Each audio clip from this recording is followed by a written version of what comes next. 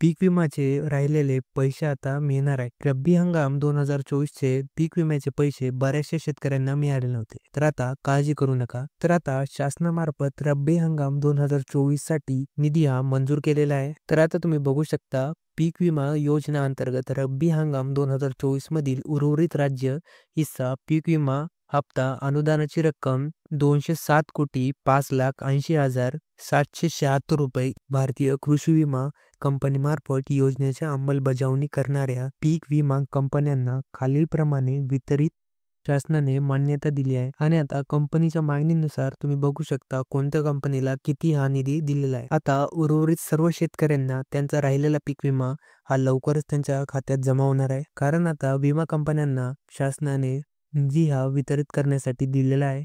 आता लवकर शेतकऱ्यांना त्यांचा विमा मिळेल. चॅनलवर नवीन असाल तर चॅनलला नक्की सबस्क्राईब करा.